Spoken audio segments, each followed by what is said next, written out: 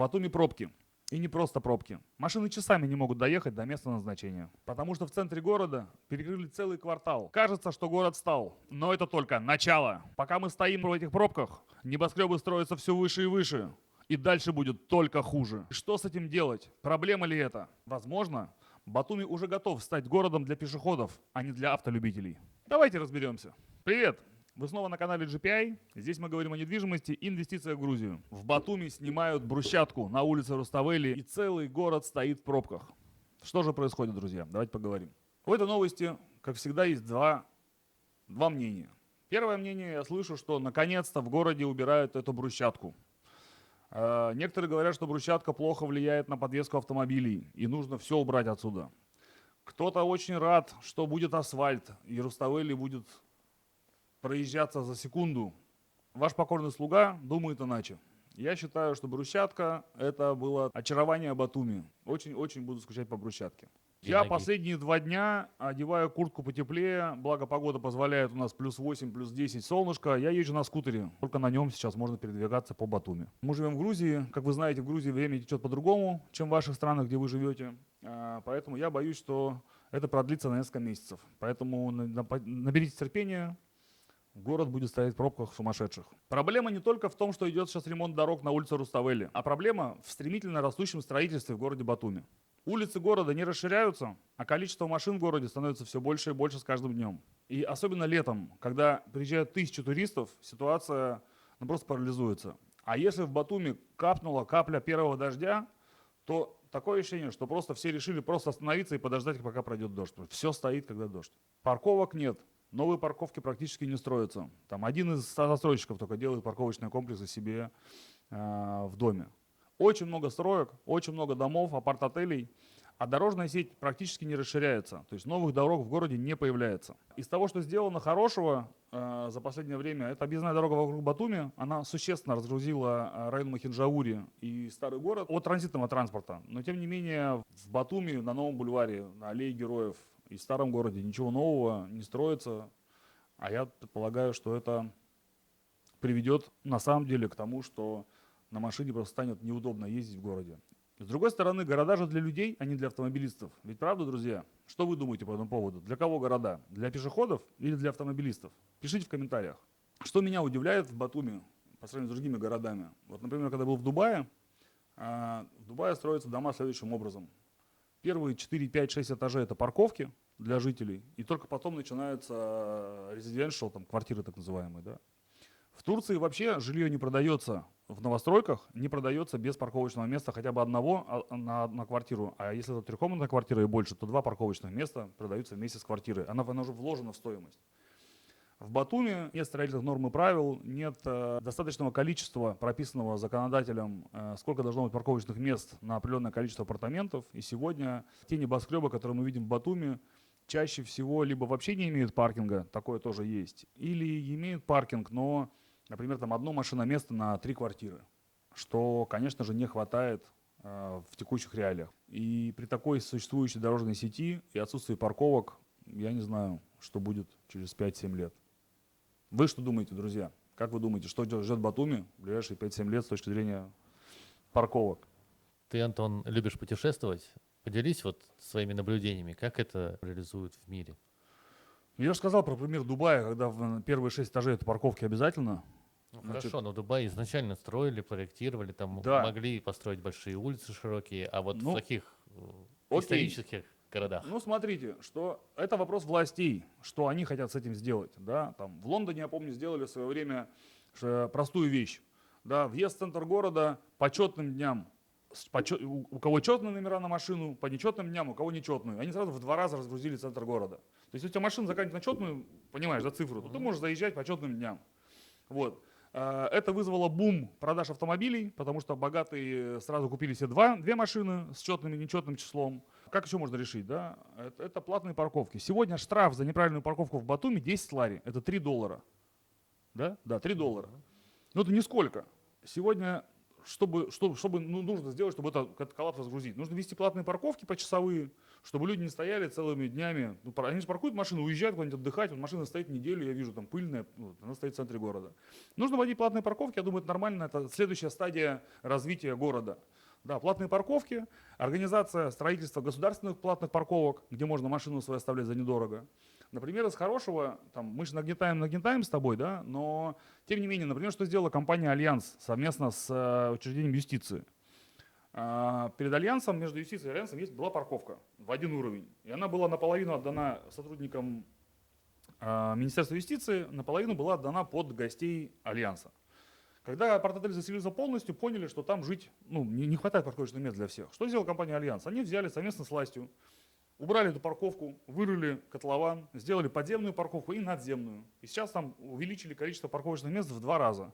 Причем буквально за 3 месяца. Это не так сложно.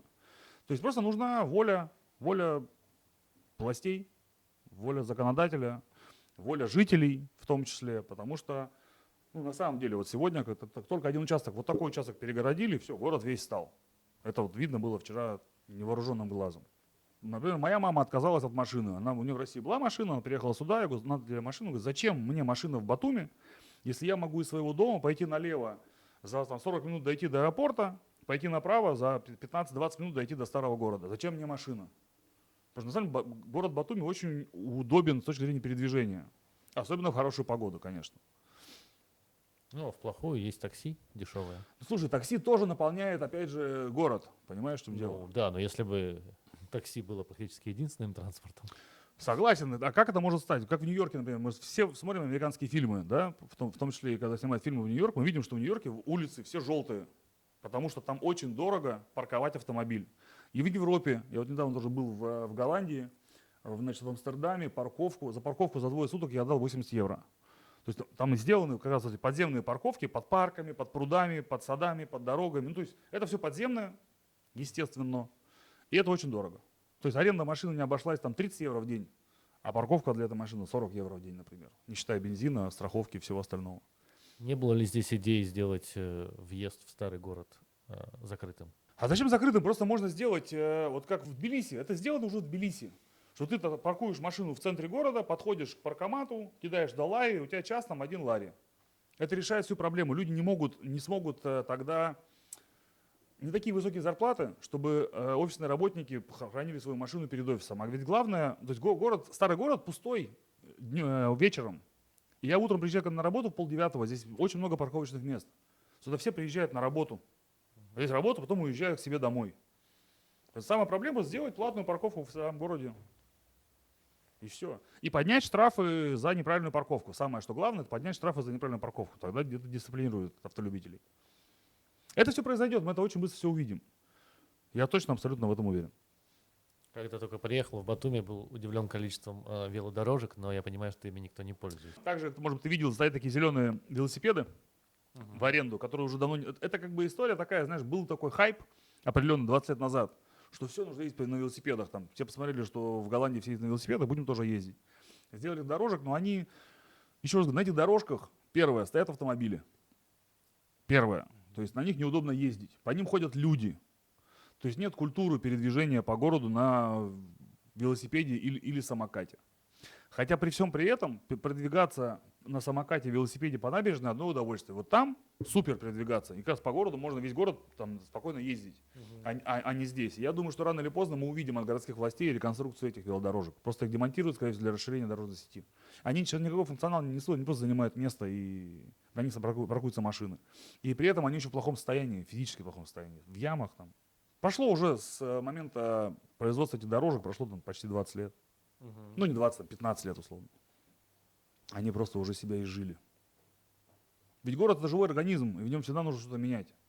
Друзья, мы же здесь говорим об инвестиции в недвижимость. Я всем настойчиво рекомендую приобретать парковочные места. Значит, почему парковочные места? Первое – это низкий порог входа. Парковочное место стоит сейчас в городе в среднем $15 000. Второе – парковочное место не требует коммунальных платежей. Парковочное место не требует ремонта, и, соответственно, не нужно его раз в 5 лет ремонтировать.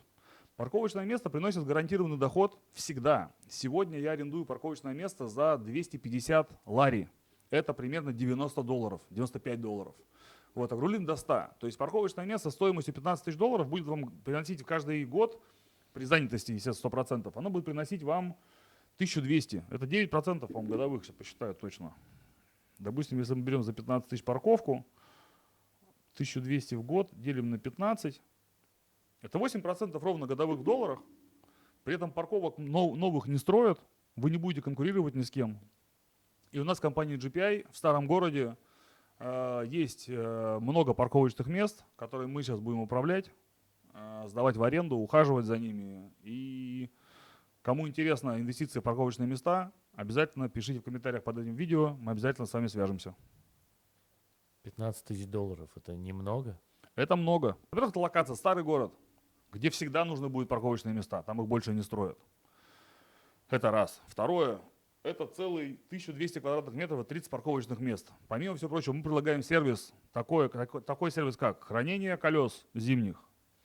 Второе, мы будем делать там кладовки и будем хранить там еще их, сдавать места под вещи. Потому что многие люди приезжают пожить в Батуми, например, на лето, потом уезжают на зиму к себе домой, и где-то нужно хранить вещи, потому что квартиру-то они будут сдавать там, в зимний период, например, где нужно хранить вещи. Там будет кладовочное пространство, там будут хранения колес, там будет, соответственно, все чисто, сухо, под охраной, видеонаблюдение. Зарядка для электромобилей. Ваши Теслы будут всегда заряжены, имейте в виду. Для меня это сейчас очень актуально, потому что я сам владелец электромобиля. И обязательно на нашей парковке будет зарядка для электромобилей, что повысит еще стоимость. Поэтому вы можете стать счастливым покупателем парковочного места в нашем проекте. Игорь. Что? Ты меня пока не убедил. Ну как не убедил? Смотри, первое. Давай Ну, посчитаем. $15 тысяч это же первоначальный взнос на квартиру. А квартира это прям там Смотри. 50 квадратов. Правильно. Это квартира в будущее. Тебе нужно каждый месяц за нее платить, а потом ты должен за нее еще сделать там ремонт. А так ты покупаешь парковку, и тебе сразу же падает $100 каждый месяц. Это раз. Смотри, давай посмотрим в динамику в долгую. Автомобилей будет в будущем больше или меньше? Больше. Больше. А проблема с парковками в городах больших увеличивается или снижается? Увеличивается. Увеличивается. Значит, коммунальные платежи в квартирах есть? Есть. Есть. Ремонт в квартирах требует раз в 5 лет изменения Да. и вложения. Парковка не требует у тебя ни вложения в ремонт, ни коммуналки. Понятно. То есть там нет никаких расходов, одни доходы. Да. И небольшая сумма. То есть у каждого из нас есть какие-то накопления. И можно эти 15 положить, это точно будет расти в цене, 100%. А продать ее элементарно. Ты вешаешь на подъезде, продам парковку в этом доме и продаешь ее вот так. Понятно. Хорошо, что я Спасибо. тебе объяснил. Все, заканчиваем. Короткое же видео должно быть, да? Да. Итак, давайте подведем итоги транспортного коллапса в Батуми. Значит, первое, это все временно. Руставели отремонтируют рано или поздно, и ситуация вернется в русло. Но, когда придет август, мы опять с вами увидим, какого объема пробки в Батуми. А если в августе пойдет дождь, то вообще увидим, как все здесь будет парализовано. Поэтому, друзья, инвестируйте с умом, инвестируйте в паркинге в Батуми. Куда писать, вы знаете сами. И как всегда, до встречи в Грузии.